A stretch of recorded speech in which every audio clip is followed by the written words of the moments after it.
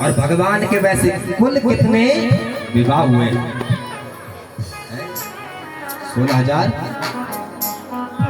16,108 भगवान के विवाह हुए। तो परीक्षित ने प्रश्न किया कि अभी अभी भगवान के ये 8 विवाह हो गए हैं, तो 16,100 विवाह भगवान के कैसे हुए हैं? कृपया बताइए।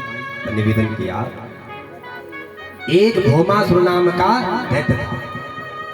ये किसका पुत्र था? पृथ्वी का पुत्र है। और ये क्या करता है? जिस राजा के साथ युद्ध करता है, परास्त करता है, और उसके बाद उनके राजकुमारियों को उठा करके अपने कारावास में डालता है। और इसने संकल्प किया, जब मेरे पास 20,000 राजकुमारियां होंगी तब उनके साथ मैं विवाह करूंगा। संकल्प किया। भगवान को पता चला तो भगवान ने सत्यभामा के साथ, आज भगवान पहुंचे, इसकी राज्य की रक्षा करता है एक मुर नाम का दैत्य, जिसके पास सिर है, सामने खड़ा हो गया। भगवान ने इसका अंत किया। तो मुर नाम के दैत्य का अंत करने के कारण भगवान का नाम पड़ा मुरारी। मुरारी भगवान की। भौमासुर सामने खड़ा हो गया, भगवान ने इसका भी उद्धार किया। और आज भगवान ने क्या किया? जो 16,100 राजकुमारियां हैं, और भगवान उनको मुक्त किया, मुक्त हो गए। भगवान ने कहा कि घर जाओ। सभी देवियां भगवान के पास आई कि महाराज हमें स्वीकार कौन करेगा? कोई भी राजकुमार हमारे संग विवाह करने के लिए तैयार नहीं। इतने समय हमें हो गया कारावास में, और हमारे पास केवल एक मार्ग है। क्या मार्ग है? मृत्यु का। इसलिए हम सभी अपने प्राणों का हम त्याग करेंगे। भगवान ने कहा कि ऐसा ना करो। क्या चाहते हैं? कि प्रभु हम अपने आप को नाथ मानते हैं और मान लिया है, हमारे पास तो मार्ग है, या तो आप हमारे संग में विवाह करो, और या तो हम अपने शरीर को त्याग देंगे। तो भगवान ने कहा कि तेजो ऐसा ना करो।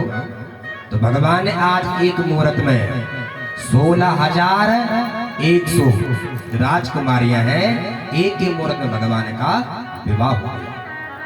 भगवान के कुल कितने विवाह हुए हैं? 16,108 भगवान के विवाह हुए।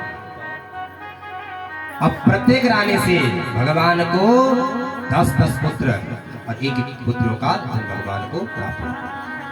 भगवान के पुत्र हुए, पौत्र हुए, उनका विवाह हुआ। तो भगवान की परिवार की संख्या हो गई 56 करोड़। भगवान के परिवार की संख्या हो गई। भगवान ने विचार किया, हम इनमें से जो श्रेष्ठ जो पटरानी है, नाम क्या है? रुक्मणी। और इतने साल हमें हो गए हैं, कभी निराश नहीं हुई। तो देखा कि जो गृहस्थ जीवन है सफल कब हो? कभी पत्नी के साथ मजा कर लो। ठीक है।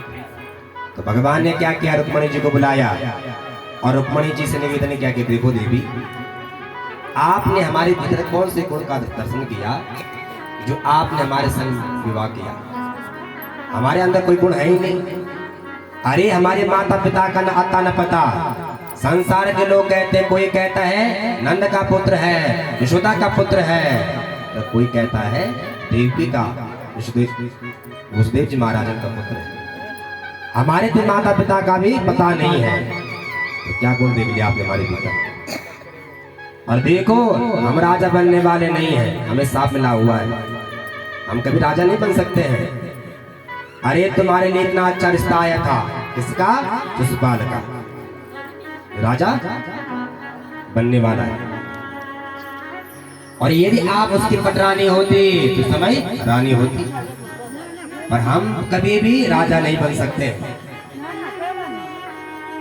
तो आज रुक्मणी जी ने मन में विचार किया, ये प्रश्न कब कर रहे हैं? जब इनके हो गए हैं 10 पुत्र हो गए हैं, और विवाह कितने वर्ष बीत गए हैं। भगवान कहते हैं देखा ध्यान से, गुस्सा आया कि नहीं? पर अचानक भगवान ने कहा देखो देवियों, अभी कुछ नहीं बिगड़ा है, जो इस प्रकार से निवेदन किया, रुक्मणी मूर्छित होकर गिरी। हमने सुना था जो गृहस्थ जीवन है यदि सुखमय से बिताना चाहते हैं तो कभी परिहास में क्या करो। घर में आपकी पत्नी है तो पत्नी के साथ कभी मजाक में क्या करो। इस प्रकार से भगवान अपने परिवार के साथ भगवान रहते हैं।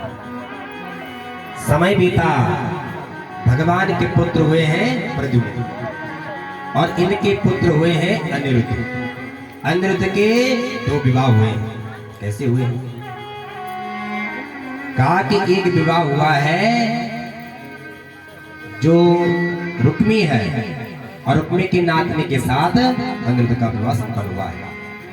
और दूसरा जो विवाह है ये हुआ है बाणासुर की कन्या उषा के साथ संपन्न हुआ है।